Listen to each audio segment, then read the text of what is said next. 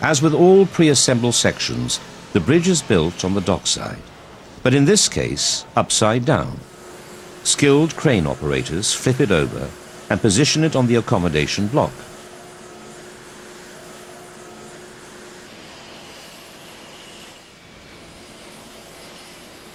The bridge is the nerve center of the ship, manned by experienced mariners 24 hours a day, 365 days a year, whenever the Canmar Pride and the Canmar Honor are at sea.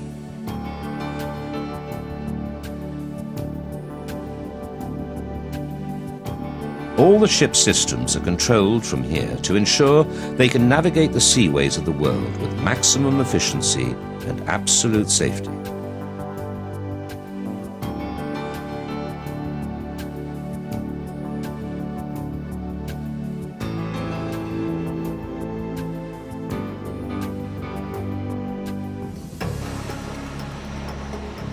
Each ship has 8 massive holds, capable of swallowing an average of 270 containers. Over half the containers they can carry are below decks.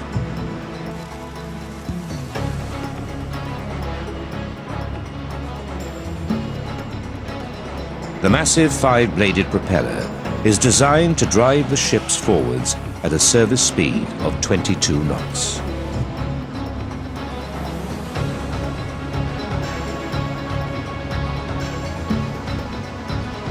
Finally, the whole bridge and accommodation block assembly is positioned aft of the main container deck.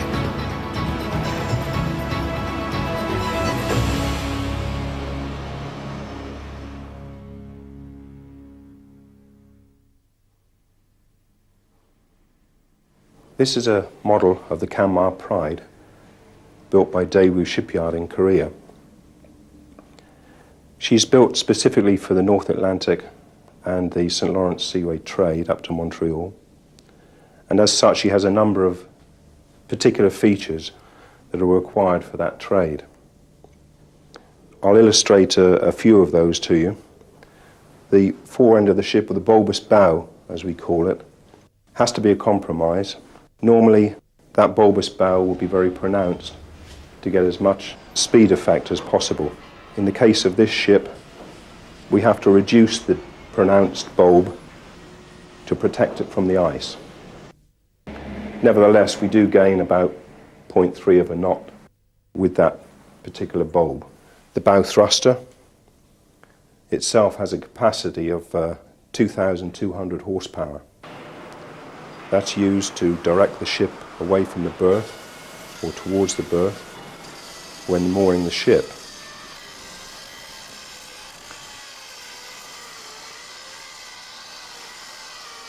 The hull itself is also protected with glass flake coatings. Above the low water line and below the low water line, we apply glass flake coating throughout the length of the ship. This protects the ship against damage from the ice and lasts far better than any other coating on the market. All of the equipment on the exterior hull of the ship has to operate at temperatures as low as minus 40 degrees centigrade. The winches, the lifeboats, the davits, everything. The accommodation block itself obviously has to be protected against those very, very low temperatures.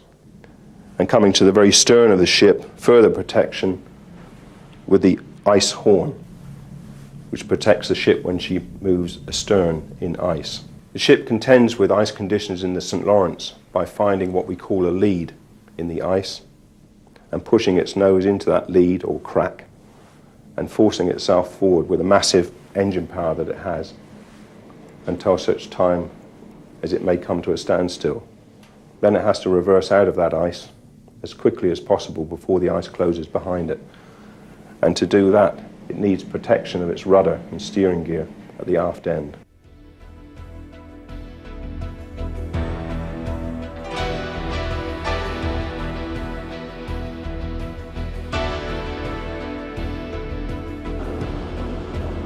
The final bow section is lowered on.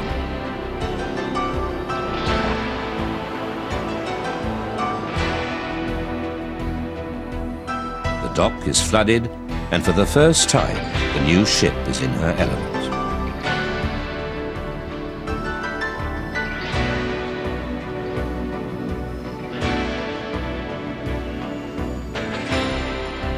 The Canmar Pride is towed out of the Daewoo Yard and into Kojai Island Bay, where static engine trials commence.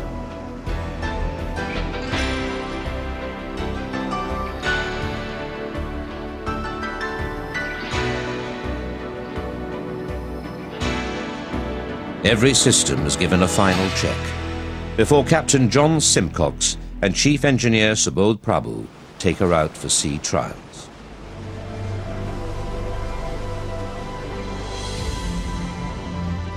At last, she proudly puts to sea under her own power. The exhaustive and exhausting sea trials program is underway, ensuring that all systems operate to full specification.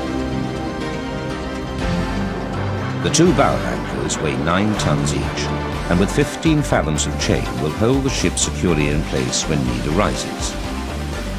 In foul weather, the anchor ports can be blocked with concrete to keep heavy seas from flooding the forecastle. It is drilled out when the danger is past.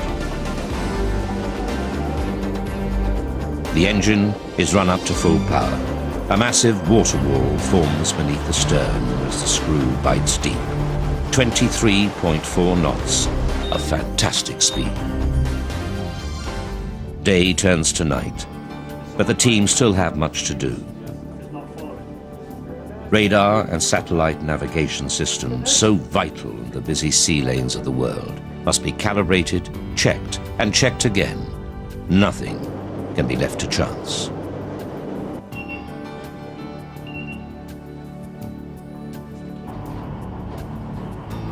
Daylight brings no rest for the weary shakedown crew.